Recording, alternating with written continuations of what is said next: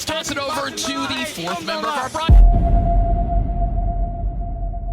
Jose Ramirez combines constant pre-slips and level changes as a base of his style. Mainly, he uses them to disguise his approach into a favorable range closer to his opponent, as well as a position to make reads and determine whether or not to attack, typically if his op shows up or mirrors him.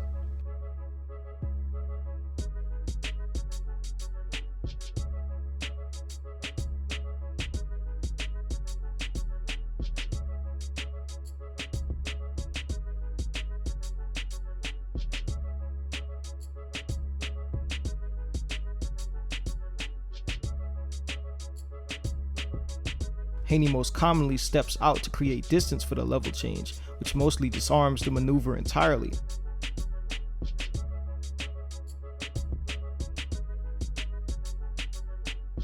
Ramirez prefers to approach front foot pressure in a more methodical and controlled manner than your typical pressure fighter. As such, he has to work for every inch in the ring.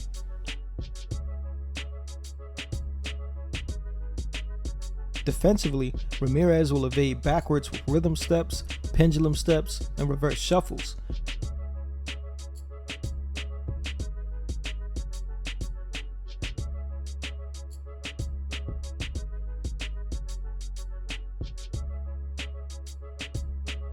In doing these, by the time he's reset, he's often created more distance than he had prior, allowing an opponent who wishes to keep him at bay a relatively reliable means to stall his pressure.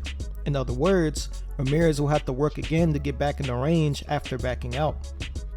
He'll often start the reverse shuffles lead foot first, as opposed to half stepping with the rear foot, then going into a shuffle, which makes the maneuver much slower and allows him to be caught as he goes backwards with combination punches.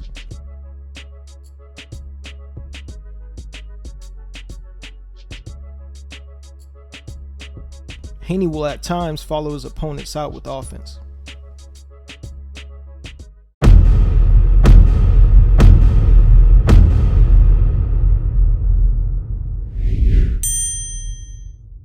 Ramirez fights most commonly out of an active high guard. The high guard differs from its inactive version in that the shields become mobile to pick off and parry punches. Its strength is, in a way, its weakness. As the shields are reactive, Ramirez will have to guess where to move them to effectively defend his opponent's punches, so any misjudgment means he gets hit. The shields can also be drawn out of position by feints and probes.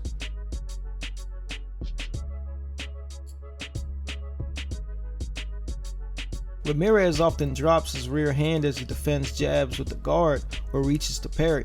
Aside from the lane to the right side of his head, this forces a position where he has to rely upon a single shield to block rear hands in a closed stance.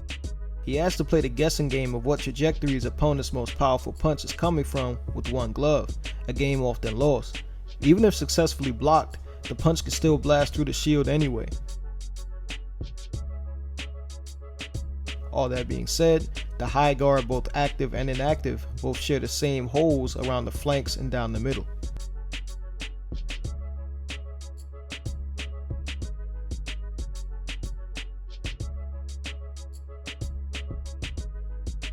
Which Devin Haney has been shown to be able to exploit.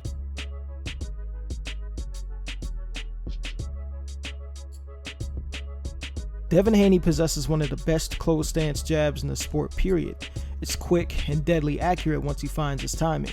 He can disguise the punch with feints and probes.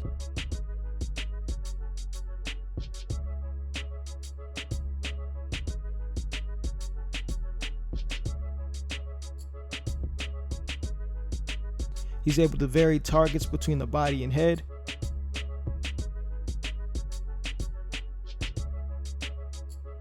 And often throwing the punch from the waist, it benefits from whipping upwards from just out of his opponent's line of sight, which can make timing it even more difficult.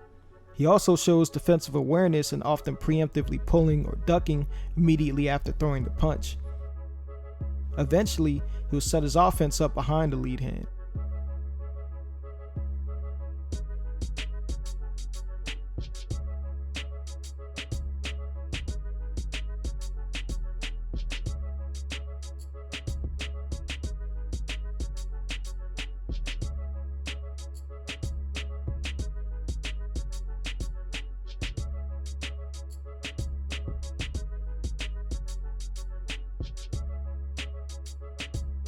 Due to Ramirez's reliance upon the high guard, his jab defense suffers greatly unless he can catch his opponent's timing, which, as we've noted, won't be easy with Haney. That being said, both fighters, including Haney, have some big issues with their jabs. Haney's rear hand will often draw backwards with the momentum of his body as he twists into the punch, resembling an archer drawing back his bow.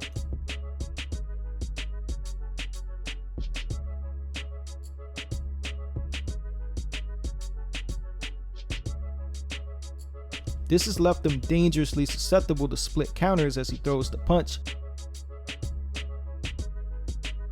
Ramirez often throws single mid-range jabs as he enters range. This is arguably the most counterpunch in boxing, as it trades a relatively weak jab for any number of more powerful counters.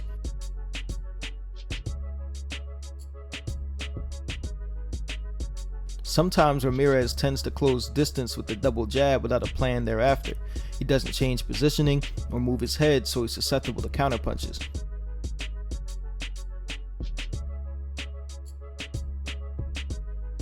At other times, he'll change levels, jabbing head then body,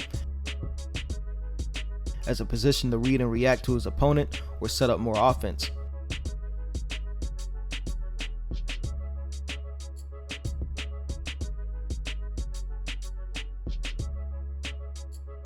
Devin Haney is a rather skilled counterpuncher, using his elite reflexes to land slip and step back counters,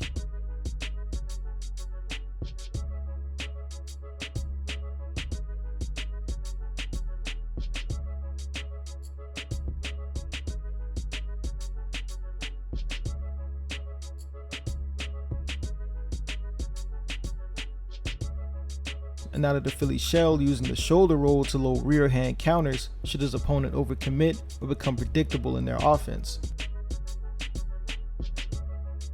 He especially favors the gazelle hook to counter jabs, a testament to his athleticism, though rather risky as he explodes forward. If through as many tactics Ramirez should succeed in getting mid-range to inside positioning, he inundates his opponent with combination punches to the body and head.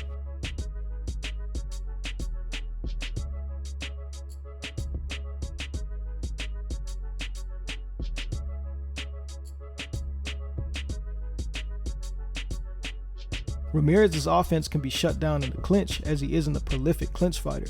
Fighters have found success if all else fails by tying him up and waiting for the ref to reset them. We all know Devin Haney is a ready and eager clincher if the distance doesn't favor him.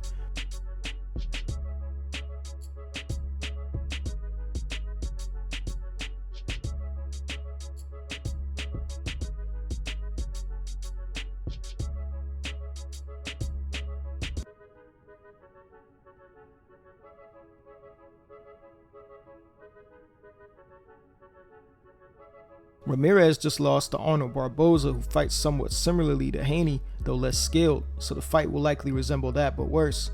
Haney on the back foot jabbing and countering as Ramirez struggles to effectively find his range, only to be tied up when he does. Haney has question marks over his head as to how he will deal with the long layoff, embarrassing performance against Ryan Garcia, and a new weight division.